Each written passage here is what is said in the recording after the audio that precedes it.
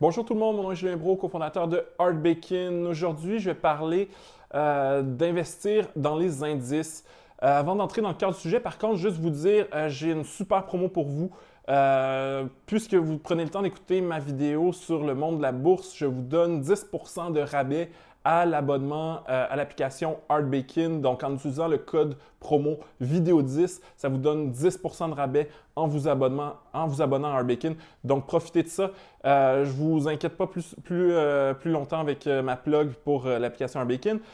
Donc, essentiellement, je vais aller dans la section Explorer de l'application mobile que vous pouvez voir à l'écran. Il ne me reste plus beaucoup de batterie. Je clique sur la petite loupe et je suis dans la section Explorer. On a différentes listes dans cette section-là. Oui, on peut faire une recherche par nom d'entreprise ou de fonds, mais on a créé des listes pour aider les gens à s'inspirer quand vient le temps d'investir. Donc, on a des listes d'actions, des listes de FNB, donc fonds négociés en bourse, et des listes de modèles de portefeuille. Aujourd'hui, je veux vous présenter une liste de FNB qui est investir dans les indices et bien dormir.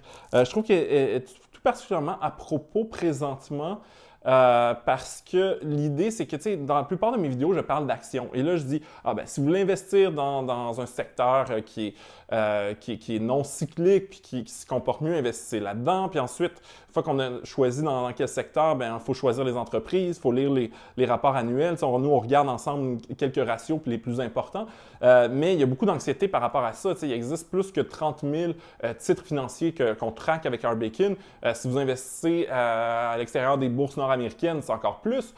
Donc, ça peut quand même inquiéter de dire est-ce que j'ai fait de bons choix. Donc, un des moyens, si vous pensez que la bourse va finir par remonter, c'est d'investir essentiellement dans les indices. Donc, c'est quoi un indice? Pour ceux qui ne savent pas, un indice, essentiellement, c'est un panier d'entreprises qui n'est pas sélectionné par un humain comme moi ou un analyste financier qui dit ça, c'est des bonnes entreprises ou c'est des mauvaises entreprises.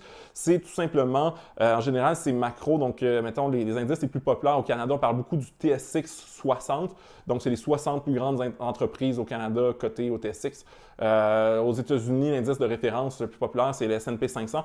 Donc, essentiellement, on investit dans l'économie au complet. Donc, on va là voir quelques FNB. On va commencer par le TSX 60.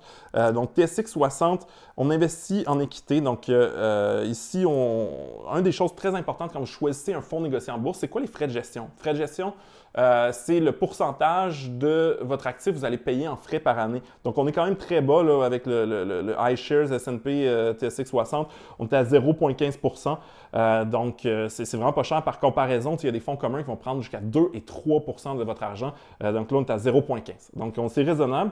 Et là, ce que vous pouvez voir aussi, c'est quoi les 10 positions les plus importantes. Donc, en achetant l'économie canadienne, on se retrouve avec des banques. On se retrouve avec Banque Royale, Toronto.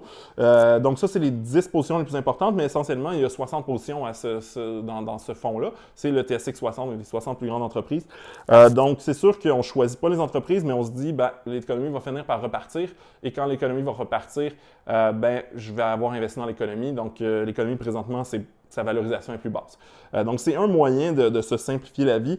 Si vous voulez investir, pas juste dans les grandes entreprises canadiennes, mais aussi des plus petites entreprises qui ont le vent dans les voiles ou qui vont mal puis qui ont des prix ridicules. Mais on ne fait pas le choix. Pour acheter tout le TSX, essentiellement, ça serait via le iShares Score. TSX Composite. Puis là, je me souviens plus, et ça change en fonction des inscriptions. Essentiellement, c'est toutes les entreprises inscrites au TSX.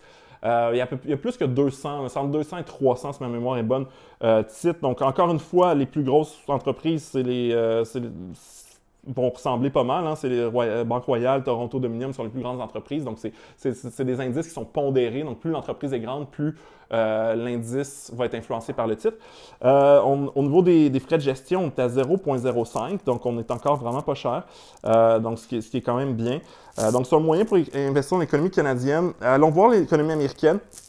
L'économie américaine, selon moi, il existe toutes sortes d'indices là, comme le Dow Jones. Moi, pour ceux qui me connaissent, là, je trouve ça ridicule. Je pense que les médias s'attachent au Dow Jones parce que c'est le plus vieil indice qui est calculé chaque année. Mais je pense que c'est une trentaine d'entreprises et c'est un comité qui décide qui est dans le Dow Jones. Ça ne veut pas dire grand-chose et c'est pas très représentatif de l'économie américaine. C'est corrélé, parce que c'est quand même des grandes entreprises américaines. Mais l'indice que tous les gens en finance utilisent, c'est le S&P 500, 500 plus grandes entreprises cotées en bourse aux États-Unis. Donc, avec un iShares Score S&P 500, celui-là est hedge. Donc, vous allez payer un petit peu plus de frais de gestion que vous allez chercher directement un fonds S&P 500 listé aux États-Unis en USD.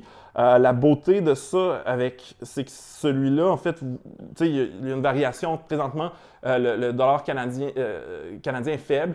Est-ce que le dollar canadien va remonter? Est-ce que le dollar américain va continuer à sa progression?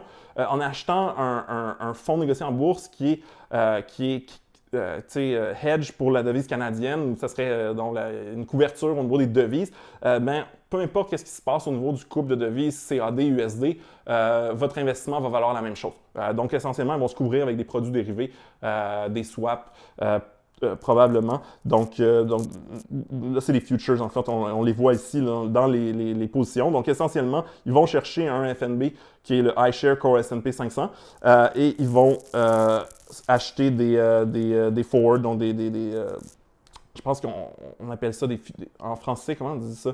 Ce serait des contrats à terme CAD-USD, essentiellement pour faire en sorte que le risque de devise n'existe plus. Donc, c'est un moyen en ingénierie financière pour enlever le risque de devise. Pour vous, tout ce que vous avez à savoir, c'est que peu importe ce qui arrive avec la devise canadienne, vous ne perdez pas, mais vous ne gagnez pas. Si vous êtes chanceux, ça peut être l'inverse.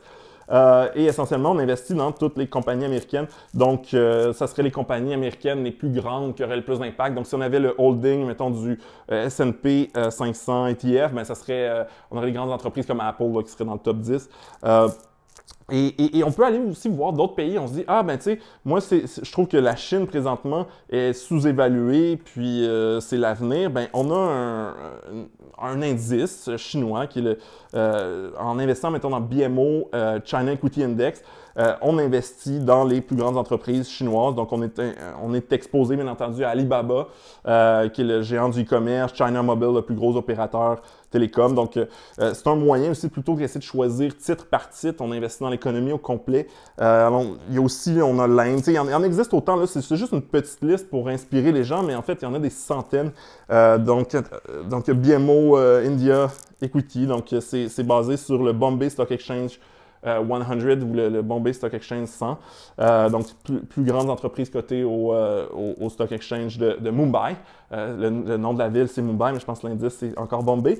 Donc, là, c'est Infosys, qui est comme le concurrent de CGI, mais en Inde. On a ICICI Bank, une belle banque, indienne, Reliance, Tata Steel, donc des belles compagnies indiennes. Donc, c'est ça. C'est à peu près ce que je voulais. C'était juste pour faire un tour d'horizon. J'ai pas vraiment d'opinion à savoir où est-ce que le marché à court terme s'en va. Est-ce que l'Inde va mieux se positionner dans les prochains mois? Aucune idée. Tout ce que je sais, c'est qu'à long terme, les crises économiques sont succédées par des périodes de reprise économique où on a de la belle croissance. Donc, l'idée d'investir dans un indice, c'est pas de dire « Hey, j'ai fait un bon rendement dans 2 semaines, dans 2 mois ». Par contre, si vous investissez dans des indices, vous oubliez vos investissements, dans quelques années, vous allez regarder ça, puis ça va être plus élevé parce qu'il y a toujours une fin à toutes les crises. Donc, c'est à peu près ça que je voulais vous montrer aujourd'hui. Sur ça, je vous invite à télécharger Arbekin sur votre iPhone, sur Google Play. C'est une application mobile qui se connecte à vos comptes d'investissement, à vos comptes de banque, qui vous aide à prendre de meilleures décisions financière, donc pas juste dans le domaine d'investissement, oui, mais aussi dans le domaine du budgeting puis de la planification. Donc vraiment une application à télécharger. Si vous voulez ouvrir un nouveau compte d'investissement, on a des offres incroyables dans la section offres de l'application, mais aussi dans la section offres du site web arbekin.ca. Donc c'est arbekin.ca/offre. Notamment une super offre avec Banque nationale courtage direct qui permet d'avoir 100 transactions gratuites pour investir en bourse. Donc sur ce, je vous souhaite une bonne journée.